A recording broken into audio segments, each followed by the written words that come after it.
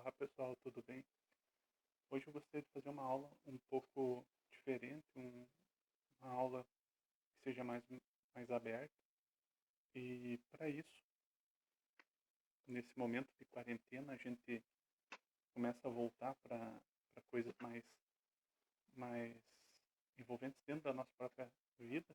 Então eu estava lendo uma história é, dessa revista aqui, Vertigo, que vocês podem olhar, é o Tim Hunter aqui, Livros da Magia. E é sobre esse que eu quero fazer uma aula expositiva. Mas aí depois eu quero fazer uma aula em aberto. Eu quero que a gente possa dialogar. Eu sei que é complicado, eu sei que é difícil, porque nós não estamos em sala de aula. Eu não posso ver o rosto de vocês, vocês não podem ver o meu. Mas eu quero que seja uma aula aberta. Isso é muito usado por grandes nomes da filosofia, Montaigne, uh, Spinoza, Kierkegaard, Sartre. Eles trazem a sua vivência para o campo da filosofia. Eu acho que nesse momento a gente pode trazer a nossa vivência também para o campo da filosofia. É isso que eu estou querendo fazer hoje. Espero que eu consiga, não é um teste ainda, mas acredito que a gente consegue trabalhar nesse aspecto mais uh, aberto.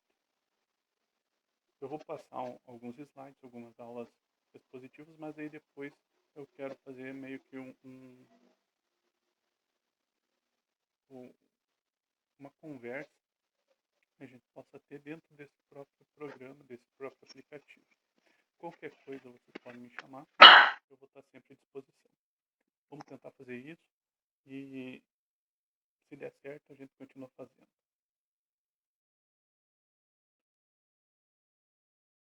Então o título do nosso trabalho vai ser A Habilidade de Sonhar.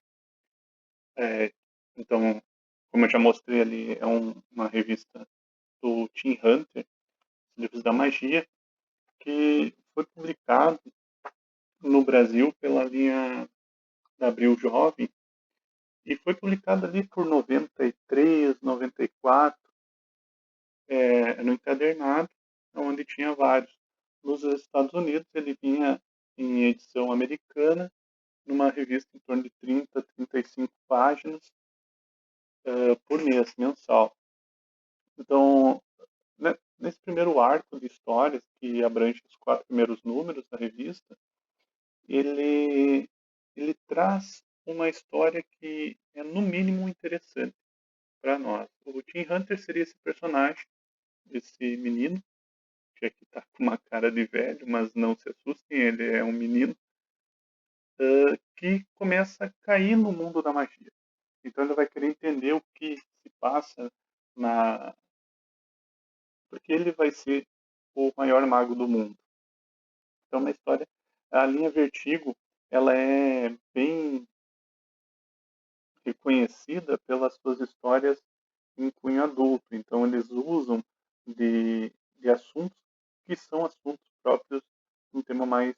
Precisa ter... Os seus leitores precisam ter uma certa forma de ver a história menos preconceituosa, menos aberta. Então, eles não dão a história logo de cara. Tu tem que poder interpretar e entender. É um livro muito interessante, é uma história muito interessante nesse aspecto. Mas o Tim Hunter está em busca dos seus pais. E quando ele percebe que o seu pai ele seria um falcoeiro, um ser que se transforma em falcão, então ele é um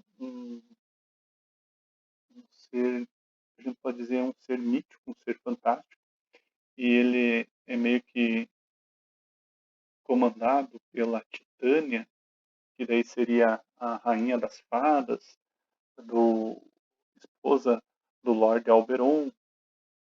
Então, eles estão no campo das fadas, estão no campo dos contos de fadas, nos contos fantásticos.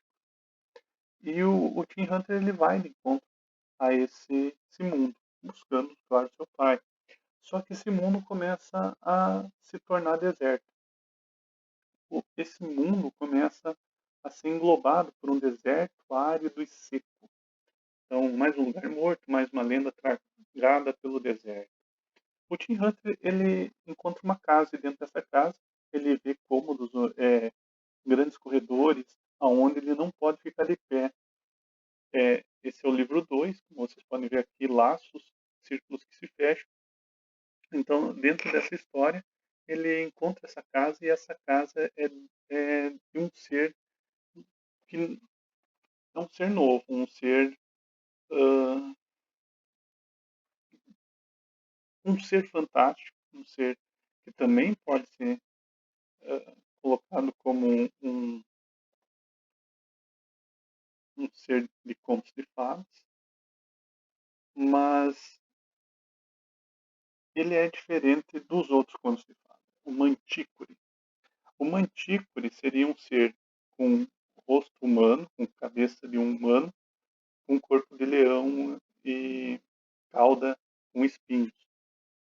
Só que o mais interessante nessa história é que o Mantícore ele começa a criar o deserto dentro desse campo fantástico. E como é que ele faz isso? O deserto começa a englobar o fantástico quando a gente começa a explicar o que acontece de fantástico. Então, o primeiro ser que acaba morrendo nas mãos do Mantícore seria um unicórnio. E como que esse unicórnio morre? Ele, na verdade, o Mantícore percebe que o unicórnio é um ser fantástico, mas quando ele começa a explicar que o unicórnio seria um cavalo que tivesse um chifre de bode grudado na sua cabeça, então ele pega a lenda do unicórnio e resgata homens da Idade Média para enganar o povo, pegaram um cavalo e colaram um chifre de bode no, na cabeça do cavalo, do animal, e começaram a mostrar, aqui está o unicórnio, começaram a juntar dinheiro sobre isso. E o Mantícore começa, não, peraí, não existe unicórnio. O unicórnio ele é apenas um cavalo com um chifre de bode na cabeça. Quando ele fala isso, o próprio fantástico do unicórnio se destrói, se desvanece. Porque agora o unicórnio não tem mais ligação com o fantástico. Agora o unicórnio é apenas uma explicação árida, desértica. E ele começa a explicar esse mundo fantástico de uma maneira científica.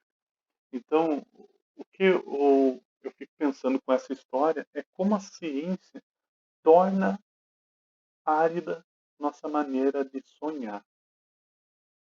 Assim como o Mantícore explica as coisas do mundo e faz com que o mundo se torne cada vez mais árido e deserto, porque a gente não tem mais a habilidade de sonhar dentro desse mundo. Quando o Mantícore faz isso, nós podemos dizer que a ciência também faz isso com nós. No meio dessa pandemia, desse campo que nós estamos vivendo hoje, nós podemos dizer que nós estamos toda hora soterrados de informação. E essa informação está sempre sendo jogada dentro da nossa vida de uma maneira muito árida, muito seca, muito desértica, assim como o Mantícore. A gente perde a capacidade de olhar para uma linha do horizonte. A gente perde a capacidade de olhar para o horizonte. A gente perde a capacidade de sonhar. Isso está me afetando bastante. Como é que nós podemos sonhar num mundo onde a nossa própria capacidade de sonhar está sendo explicada, julgada, colocada debaixo dos tapetes, por causa que a gente tem que ficar sempre cada vez mais antenado com as informações que estão vindo para nós? Isso está afetando não apenas a mim, eu acredito que afeta principalmente vocês também. Como é que vocês lidam com isso? O Tim Hunter, ele consegue escapar disso quando ele começa a acreditar novamente. Mas agora eu pergunto para vocês, o que nós podemos fazer para a gente poder sair desse mundo desértico do qual nós sabemos apenas algumas coisas, que o mundo não vai mais ser o mesmo. O mundo mudou. A forma como a gente está aprendendo hoje é uma forma diferente, uma forma nova. Mas se o mundo mudou, como é que eu posso carregar essa capacidade de sonhar que me faz humano ainda hoje? É isso que eu queria compartilhar com vocês. Como nós podemos fazer para não enlouquecer nesse deserto? Como nós podemos fazer para poder pensar, para poder sonhar, poder imaginar esse campo tão desértico da qual nós estamos inseridos? E é isso que eu gostaria de conversar com vocês, a gente poder dialogar. Vamos tentar fazer isso no mural. Eu gostaria que vocês pudessem responder uma pergunta muito simples. Como é que vocês sonham no mundo de hoje?